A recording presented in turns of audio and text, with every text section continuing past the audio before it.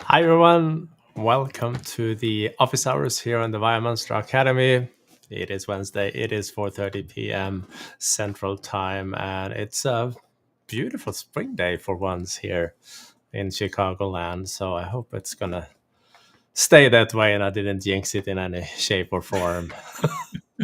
But shall we? Indeed.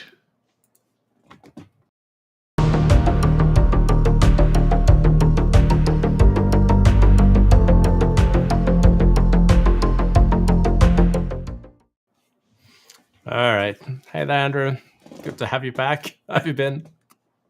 Oh, not too bad. Fairly busy this week, as you well know, but trying to get out there after office hours and enjoy some of that fresh air you were talking about. Yeah, I heard rumors about deconstruction of your property. Yes, in preparation for too much construction, I'll be looking forward to having that done in a couple of months, and I'm sure I'll share some of the status updates as we go along here. That sounds good. All right. So, busy week for we sold out our Intune training for the third time. So we have to put up a second date, or no, fourth date, if I do the math right, in August. But that's what we've been doing this week. And so we have a lot of stuff to share in the update section as well, because the last 7 days has been quite productive in our little ecosystem. So, do you want to have the honors? Absolutely, I'd be happy to. I've got a few that I'd like to share today. If you want to go ahead and share my screen. Thank you, Yes, sir. sir. My tabs are still filled up with uh, links from our masterclass today. So first one I've got on my list, John Markham put out a PowerShell script on setting Intune device properties with PowerShell.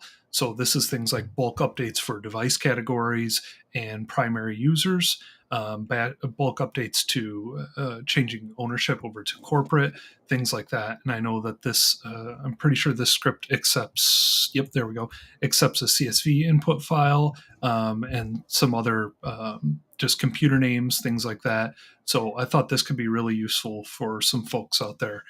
So thank you, John, for putting this out. I saw Kaido helped him out with this as well. So thank you to Kaido as well. Intune had its 2303 service release. So we regularly, at least every fourth office hours, probably bring up the what's new in Intune page. So there were quite a few updates here, installing required apps during pre-provisioning. I know a lot of people were praising the additional minimum OS versions for Win32 apps, which includes 21H2 and 22H2 for both Windows 10 and Windows 11. This was a pretty big deal for a lot of folks out there. So those were the a couple of the things that I saw in this current in this latest service release. So always a big deal when these come out. Wanted to share that. Was there anything else in here that stuck out to you, Johan, in particular? No, I too was thrilled to see those versions finally become available after only, I don't know, a few years. Yeah, 21H2 has been out for a little while, I'd say. But I did catch a couple of items that were news to me, at least from the Windows Updates Twitter account.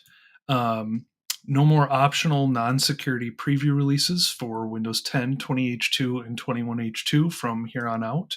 And starting in April 2023, non-security preview updates will release on the fourth Tuesday of the month. So for those of you that are using those preview releases right now, I thought this would be worthwhile to mention. So like I said, I had not come across that yet. Trevor Jones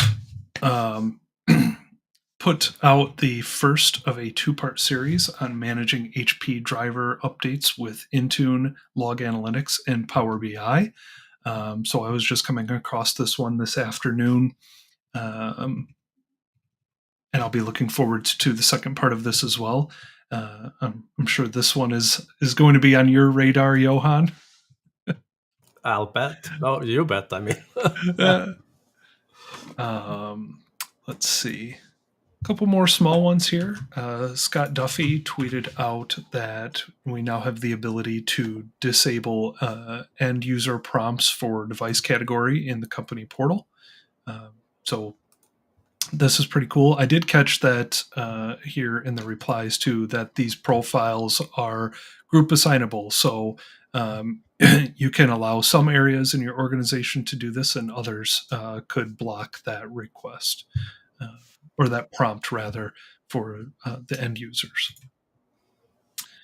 Another big one that I know many of us have been waiting for some time is the new version of Teams is now released in preview. A couple of things I noticed from the admin side of things. Obviously, they've changed a lot of the underlying code to make the application more efficient and faster. So you can see here they have some metrics that Microsoft has shared some metrics on installing the app, launching the app, joining meetings, and consuming quite a bit less memory and disk space. Since this is in preview, I would suspect that we'll have some hiccups along the way. I know that when I first installed it, everything looked great. And then earlier today, I happened to notice that it was using up 2.5 gigs of memory while I was doing nothing. So public preview, still to note, but the improvements when I have seen them have been great. I'm very excited to see this. And I did catch that this is now an MSIX package, which is pretty interesting. And I had two more fun ones here.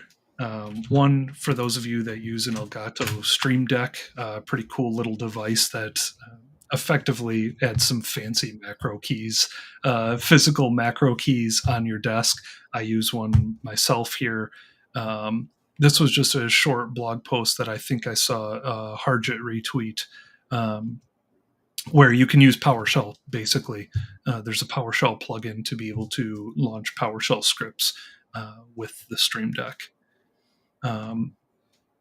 And then I would hate to not mention this, but I'll let you talk about it, Johan. I saw that you got some new upgrades for your new toy that you may have mentioned last week. Yeah, I was playing around with basically benchmarking different M2 adapters to make the deployments and management go faster of all the devices I'm running. I have literally hundreds of VMs going on at a given time for testing and learning purposes, and just for the plain fun of it. So I was sharing that information out, and I learned that after investing a little bit of hard drives, is that a $22 adapter is actually equally fast as a $130 adapter. But I actually picked the larger one because it did fit the workstation better. I got myself a HPC8 from eBay. Got a good price on it, a lot of memory. But it came without hard drive, so I had to add some more, and that's why this blog post came to be. And sure enough, as I was sharing that blog post, I got a reply on Twitter that someone found an even shinier card. It's a little bit out of my budget, but there is a PCI Express card, X16 card from Apex Storage, where you can fit 21 SSDs on that card. So it's like 2 slots, and there are 2 cards in one, and there are M2 slots on each of those sides. Wow. So that gives 168 terabytes of SSD, but the card alone was $2,800, and then have to buy 21 SSDs, and a little bit over budget. Management won't approve that one, huh? No, that card was more costly than my entire workstation with 0.5 terabyte of memory. So nope. Fair but enough. It was fun to do the measurement. I love doing benchmark stuff. So thank you for sharing that one. Of course, and what that that 4 terabyte drive that you got is such a beast. It's awesome. Yeah, that one was really fast. I was surprised. I haven't had a Western Digital SSD before. I've been like strictly Samsung for years and years and years, but they have not yet released their 4 and 8 terabyte models. So I went with this one. It's not exactly cheap, but it was $379 on Amazon. But heck, it's fast. That's awesome. Well, thank you for writing this up. It's always fun to read these. All right. Let's see. I'm gonna head and steal your screen for a bit. Alrighty. And let's do this and this. So just a few notes up on the Microsoft Team release that Andrew mentioned earlier. I did stumble across a good article from Anoop describing some of the new features, really well written. So I recommend reading up on that one. And then I saw a tweet from Matthew Hudson. If you ever have troubles actually installing the preview, this might be a little bit tip that you may be useful for you. So I figured I should share that one as well. Then, of course, as Andrew mentioned, there were some updates in the Intune Suite of things. We have covered this twice now in the Academy here. So I figured this will be third time is the charm, or however the saying goes. But a while back, Microsoft released this additional suite of basically licenses on top of Intune, license suite, if anything. And one of the tools that they launched since last Wednesday was a preview of Endpoint privilege management. And this was what Andrew was referring to earlier. And of course, I don't think anyone missed the pricing option here for this release, where the shinier features, including remote help and the APM feature, is in the shinier version of the suite. So it adds a significant amount, because this is per user per month. So that's up pretty quickly if you have 10,000 users or even 1,000 users. But I stumbled across that Sandy wrote together, well, first of all, the announcement for the actual feature. We will share that link with you guys. It's right here, been published now a few days ago. And then Sandy with Cloudway up on the MS Endpoint Manager blog, she put together her findings and her first look for this one. Highly recommend reading that one. And then, of course, our friends over at Intune.training, they teamed up with some Microsoft folks to also deliver I'm not going to play this one, but also a deep dive into an hour some long video recording that feature. So if you guys haven't any plans for Friday evening, highly recommend this one. Invite family and friends, as we usually say. If you have kids, they will love it. It's a good show. But yeah, that was the news that I had for today.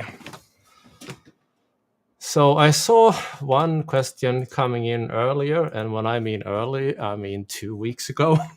It came in, and I didn't have an answer at the time because it required a little bit of prep work. It was a question from Jamal regarding queue management and how you can troubleshoot that, and especially the application workload. And for those of you that are working with co-management for a bit in ConfigMgr/Intune, you know that the config manager or the application workload is special. That particular workload, even if you take every single device that you have and flip them over to Intune, you can still deploy config manager apps to them. That's something that the other workloads doesn't do with the rare exceptions or baseline that can be configured to be allowed. But so I figured I should share a little bit of that. So I have a few devices here that I prepared with co-management, and something I think is worth mentioning on that note. If you guys are considering this, and quite frankly, most organizations do at this point. This week, as you mentioned, we are presenting a class here, and we had 20-some students, and then organizations are all in various states in their co-management journey. Some are config manager, are moving to Intune. Some are deciding to have both platforms available for a good while, and they're like somewhere on that journey over. So we just want to share this link to explain a little bit what it is. And a question that came up or come up frequently is how do you get here? And I think it's important to know that you can go either from on-premise solutions into co-management, like you keep your existing devices where they are enrolled already into like the Active Directory. You just want to have them also enrolled into Intune and also be co-managed through both platforms, or you can born them on internet, so to speak, and use other things like Cloud Management Gateway to manage them that way. But there are also integrations now with Autopilot. It's been around for a good while to do the co-management as part of that process. But in terms of troubleshooting this, the Microsoft documentation on the topic is it's actually not too terrible. Microsoft have done a lot of work updating documentation to provide reasonable troubleshooting guides for this. So if you are having troubles, I recommend start to follow these processes, and they have a very similar structure. They have a checklist in the beginning, and then there is a flow below that allow you to go through what's going on there. The most important log for the co-management handler itself on the ConfigMgr client side, I should say, is the one that is named co-management. This one will give you a little bit of indication. Let me open that in CMTrace rather than Notepad. So here. And well, this is the file you would use to troubleshoot that type of integration there. Other than that, the application workload, you would do that the same way as you would do with each platform individually, because the application workload doesn't change the fact that how they are being deployed. So it means that in a config manager environment, it will be the usual suspects that you would review the various application log files that you have for discovery, intent, and enforce. You will have the CAS one for the cache or the download to the local cache. You will have the content transfer manager log. We have the data transfer manager log. And you have the exec manager log file as well for troubleshooting applications. And there are plenty of resources available on how to troubleshoot config manager application deployments. There is on the Intune side of things. So if you deploy Win32 apps from Intune, and I'll go over to one of my clients here, that is an Intune only client, but it does have been deployed with applications over time. I have a few notifications here for stuff I have been deploying, a lot of test applications, but that doesn't matter. This is your friend, the IntuneManagement extension log file.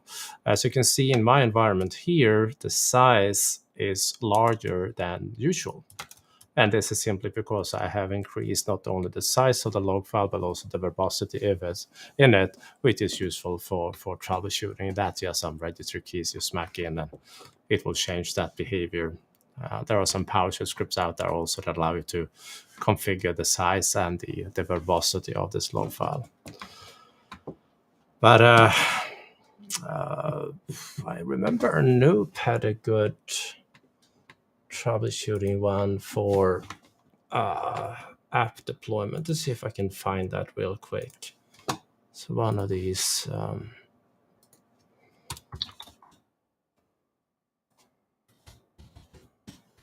That explains the entire flow, and it does real well.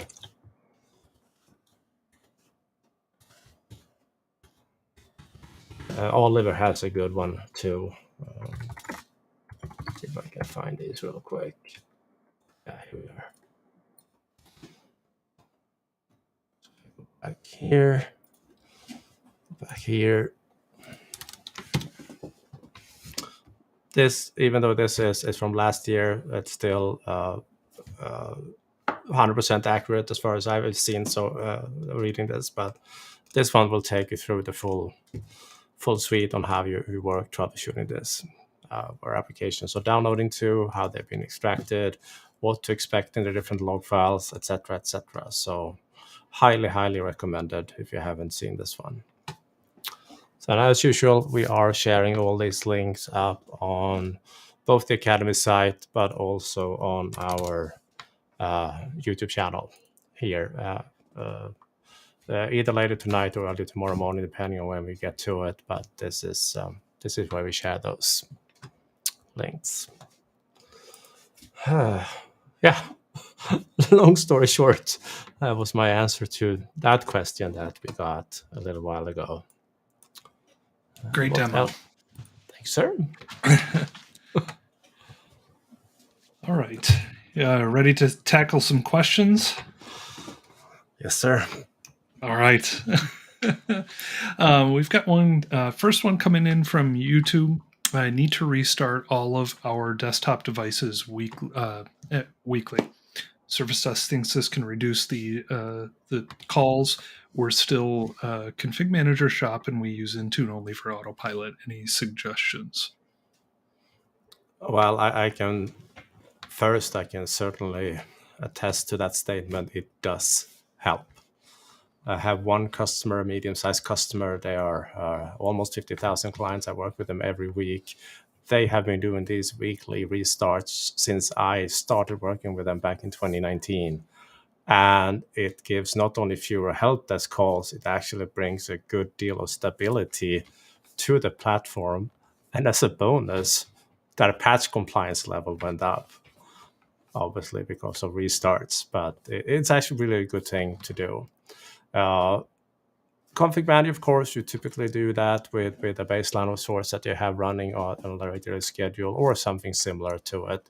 In Intune, that would be done through proactive remediation scripts. That's the default option to generate some sort of schedule thing that happens on the client. There's nothing that prevents you from just deploy a script or an app from Intune that has that functionality built in. I've seen that happening, or I've seen organizations simply creating scheduled tasks on the client that run and ask the user to reboot the device.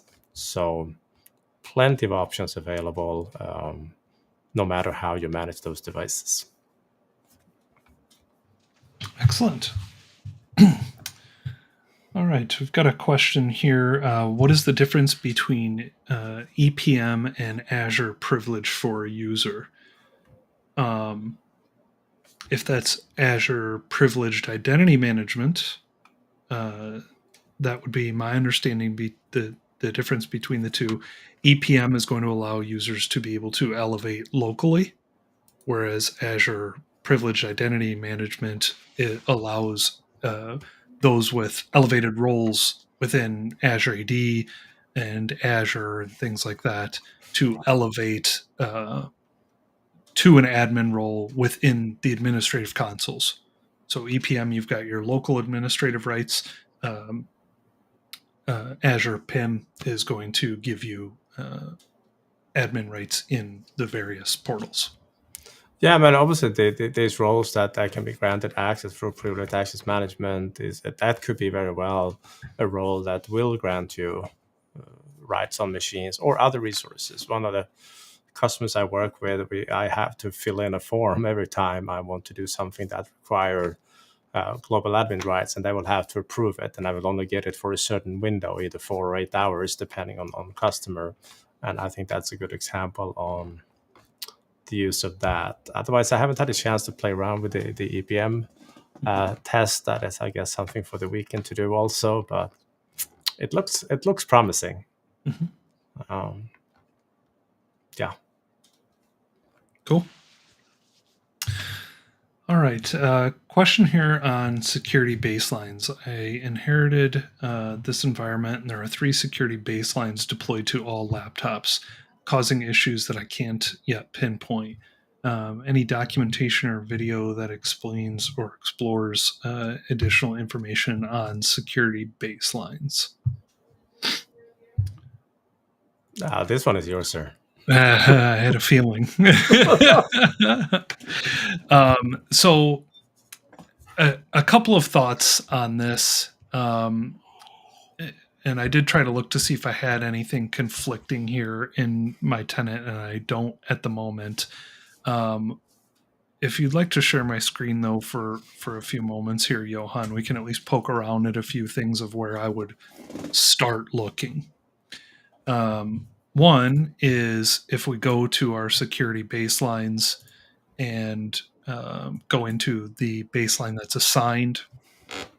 Obviously, we can start with looking at the device status, and then we'll see whether or not it was succeeded or pending or has conflicts. And then in the per setting status, we'll see these success, conflict, error, or not applicable. Now, at least, again, as a starting point, we will see how many conflicts exist for a particular setting. But you'll find in this report, there's not much I can do with that information. It will tell me that I have conflicts. So that would at least be a starting point. Try to limit where the conflicts are. And then from there, you can start to potentially compare the baselines. It's often that they're going to be conflicting between not only the same type of baselines, but you could have those settings in a configuration profile, for example. So that would be one thing to look at. Now, just earlier today, too, Johan and I were talking about Michael Carlson's IntuneManagement tool that isn't going to, I don't think in this scenario is going to give you specific device information, but what you could do, and I can actually launch this here. Let's see.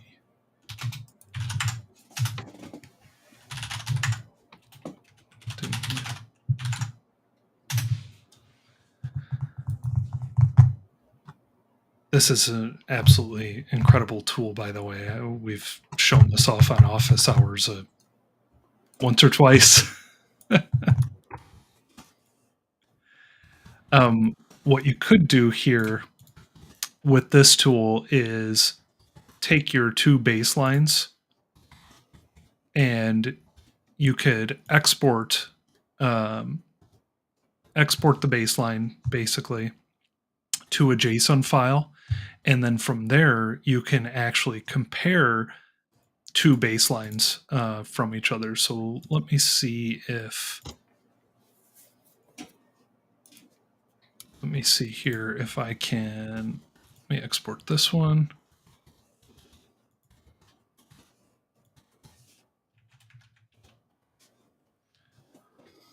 And let me compare.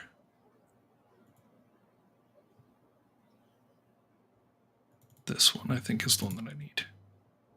Nope.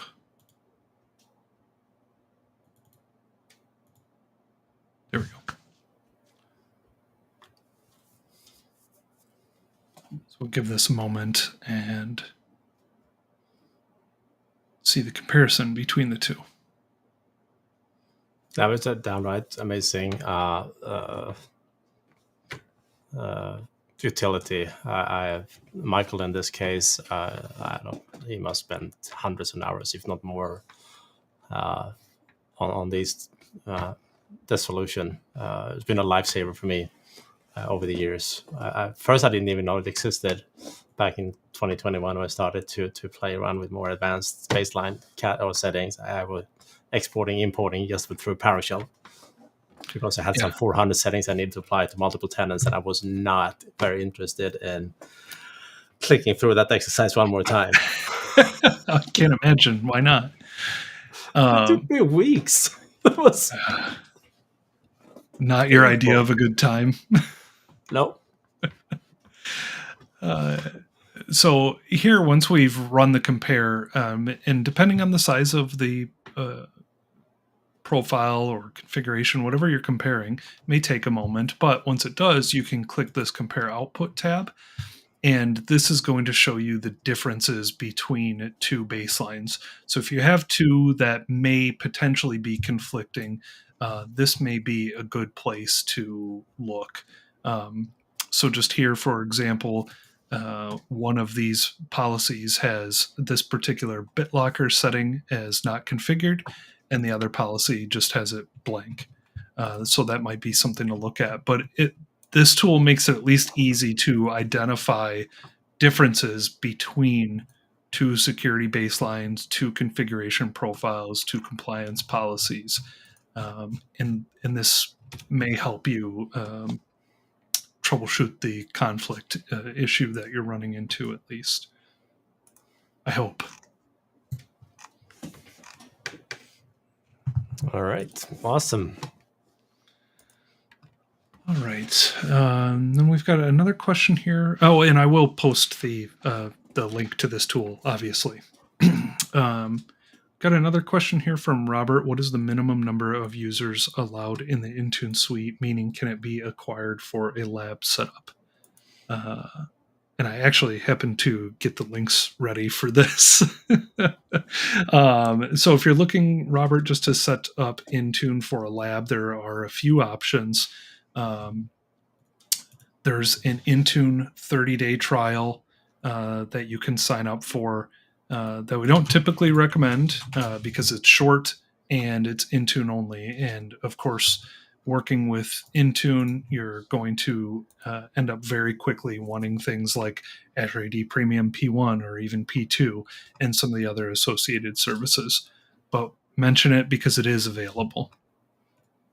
Now, one that is a bit more useful and one that we often recommend in our training courses is the EMS E5 trial, which is 90 days long and 250 licenses, Johan, is that right?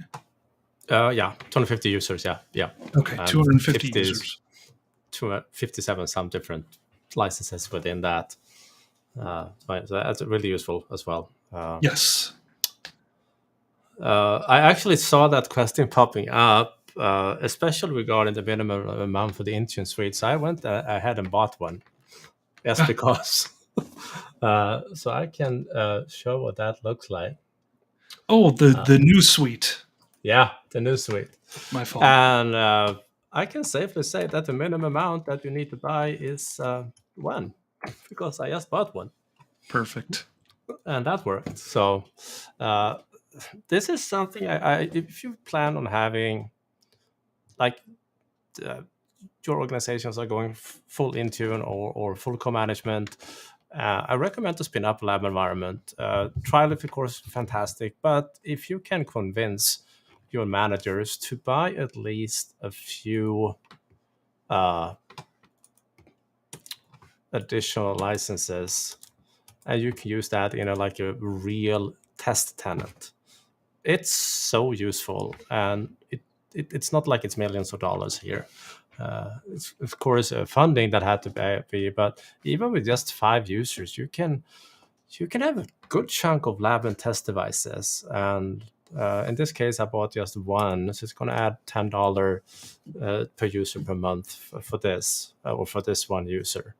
Like the same, we deployed or bought 2 remote help desk or remote help licenses when we were demonstrating that earlier this year or last year when it came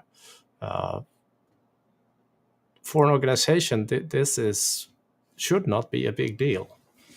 In the grand scheme of things, fundings for a lab of this size is, compared to everything else you buy, it's nothing, and it's so valuable to have. And it's also nice to have things that doesn't get expire or that you have to rebuild over time. But worst case, if you cannot convince management to fund you with a few extra licenses, there are trial licenses to get, even for the suite.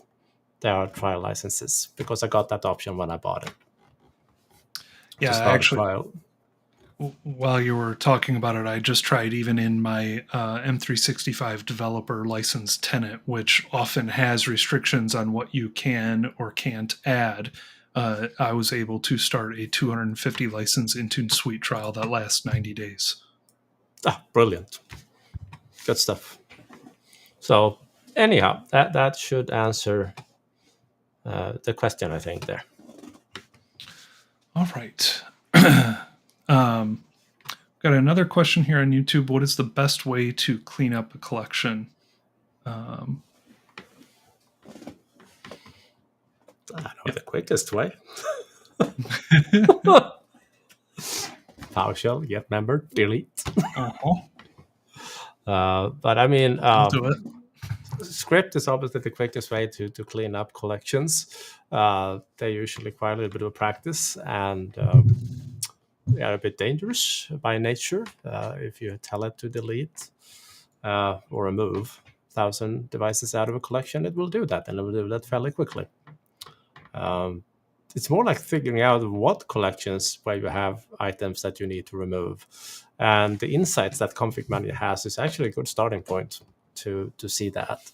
It gives some recommendations on collections that have, for example, they have no deployments or similar things. So it gives you a little bit of cleanup activities that you can tap into. So maybe that. All right, good stuff. In the process of migrating old ConfigMgr devices to Intune, I'm using a wipe and load task sequence and an autopilot JSON file. Is there a way to also set the device group tag in the task sequence? I mean, you can smack it into the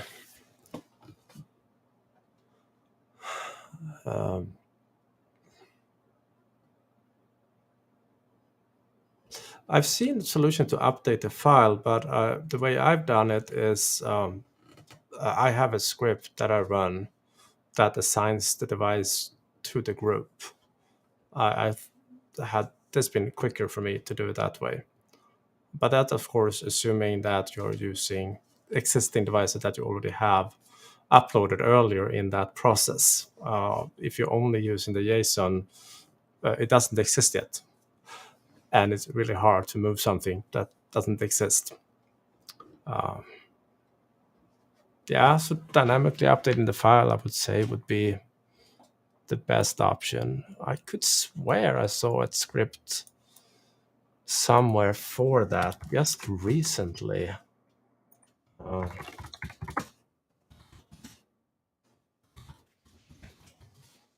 who posted it? Must have been Niall Brady. It was just the other week or other day.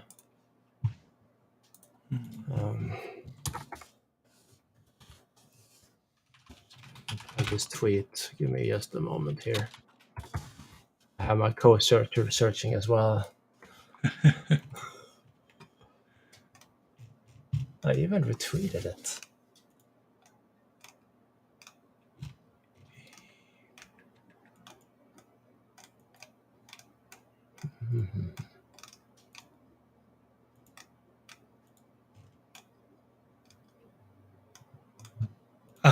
I found it because you shared it last week. There you go. I think this was at the automating group tags for Windows Autopilot registered devices. You have it on your screen? I do. All right. Does this look right? Yes, that's the one. So whoever asked the question, this is it. Make sure we drop this in the links again for this week. Yep. Thank you, sir. I knew I had seen. So he's mentioned that before. Yeah. All right. Just to follow up on the collection cleanup, there was a request if you could share a script on that.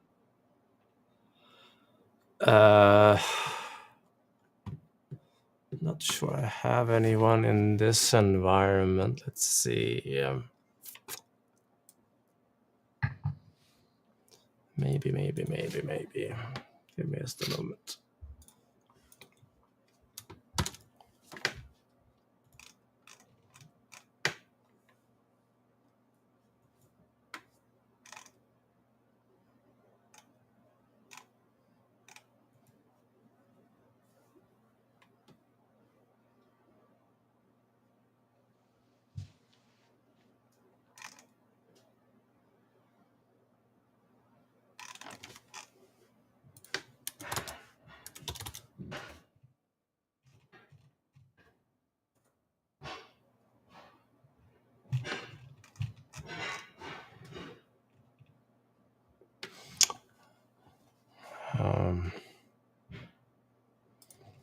I did not, but I can share my screen here.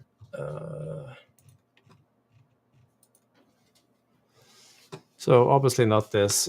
First of all, the insight I was referring to earlier, they are basically the insights here that you see in the admin node. There are some built-in collection insights. If you check these guys, it will give you a little bit an idea on things that you can do in your environment. Like, for example, if you have empty collections and whatnot, and I have a few empty collections. In terms of PowerShell in this, it will be basically using the native commandlets. There are a good chunk of them in ConfigMgr these days, almost 1,000 now, I think.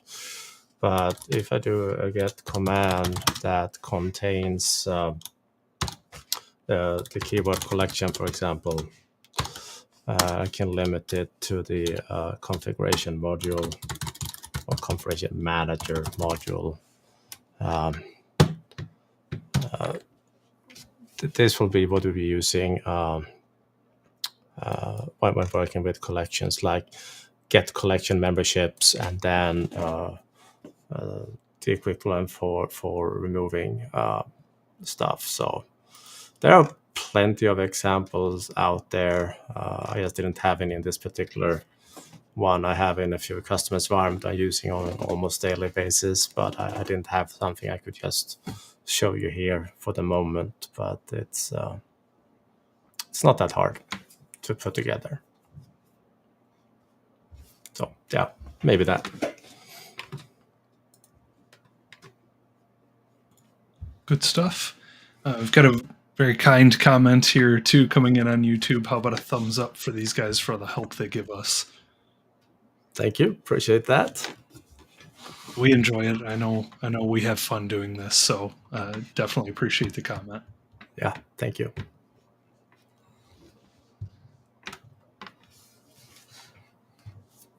We still do have 14 minutes. Yeah, any questions? We'll be happy to answer.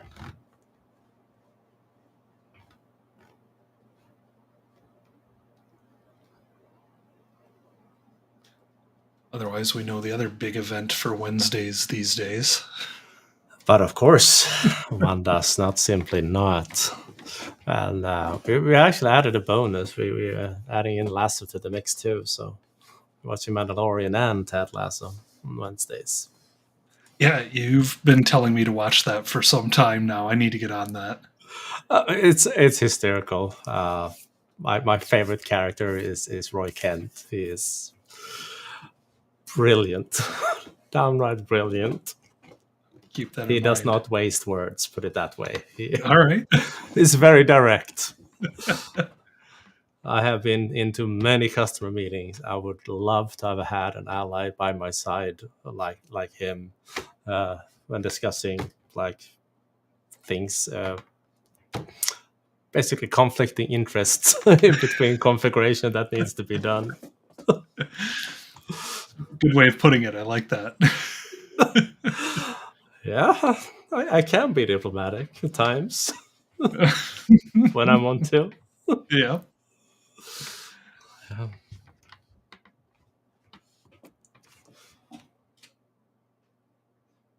All right, there came in a question on YouTube. What's the best automation tool we can use as a front end to work with things like group tag or group updates or similar actions? I have only seen a few that actually has a reasonable GUI, and one of them was, I'm not sure if it contained the group tag, but David Segura wrote an Autopilot GUI as part of his OSD Cloud. I remember Oliver Kieselbach put together what he labeled as a Autopilot Manager application that can be run. I know that had quite many options. I just hadn't had a chance to go into more details of what it could do. Other than that, I've been using just scripts for it. And I've been using the PSD wizard that we use for PowerShell deployment. I customized it so it will actually prompt for a group tag, and then I use my scripts later in the process to assign it. So, but that's when you're doing deployment on your own. It's not when you have someone else doing it for you. But a thing that most people don't know is that you can actually run scripts in the specialized paths in Windows, which happens before out-of-box experience. So as long as you can inject something that runs there, you're good to go. Or if you can convince the vendor that you work with to do it for you. Even these days, you can have a provisioning package on a USB stick. So you get a device, you plug in the USB stick with a single provisioning package that runs a script of sorts. And that can very well start a little application. You just need to remember to plug in the USB stick when you power on the device. So plenty of options available. I haven't seen like a lot of public solutions for it. Only the two I mentioned I've seen. If that makes any sense at all. All right.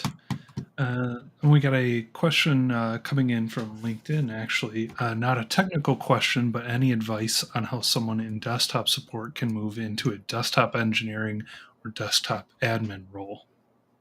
Oh, I have the greatest tip. The number one sysadmin career enabling solution is to get yourself a lab environment. Play around and tinker and learn infrastructure. Because if you know that, you have basically a heads up to everyone else applying for that job. Know how to do things. Know how to do sysadmin type roles and jobs and things, operations, setups, implementations, even if your current role doesn't give you that opportunity. And that can be, even if you have to pay for a lab machine yourself, I would recommend doing it because you can get a decent lab for $300-400 these days. Buy a used Optiplex, eBay, put it on SSD, some memory, download trials, use the hydration kits that we provide, and basically start building. That would be my start there. It's so helpful. I know, Andrew, from what you've been telling me over the years, that's basically how you got into it, so to speak.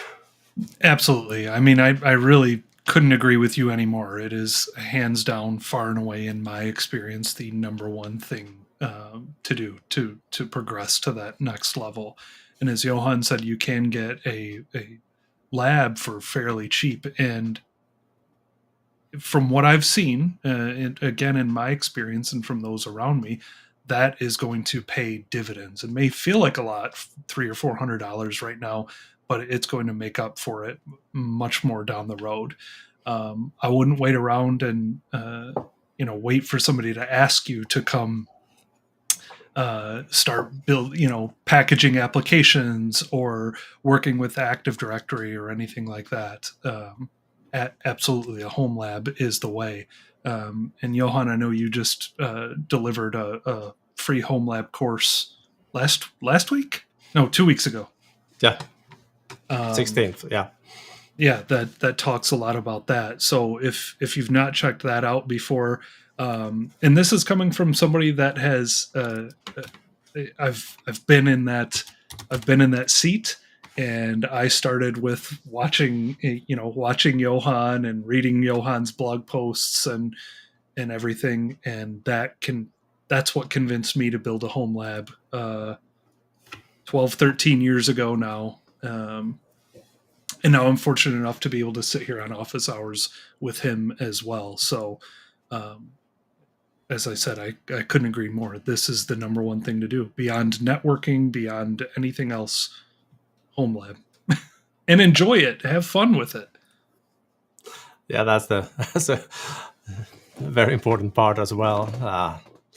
But yeah, I have this link up here. It's free to attend. It's an hour and a half long. Take you through end to end what you need to do, how to pick hardware, how to get things going, how to set up networking, all that fun stuff. So yeah, good stuff. I'm biased, but it's good stuff. Same. That's a great question too. Very on topic for sure. I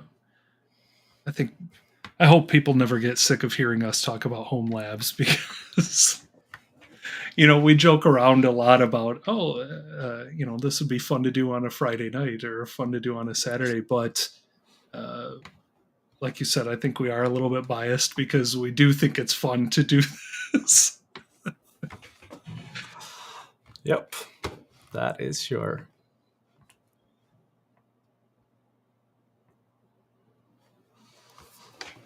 All right. Yep.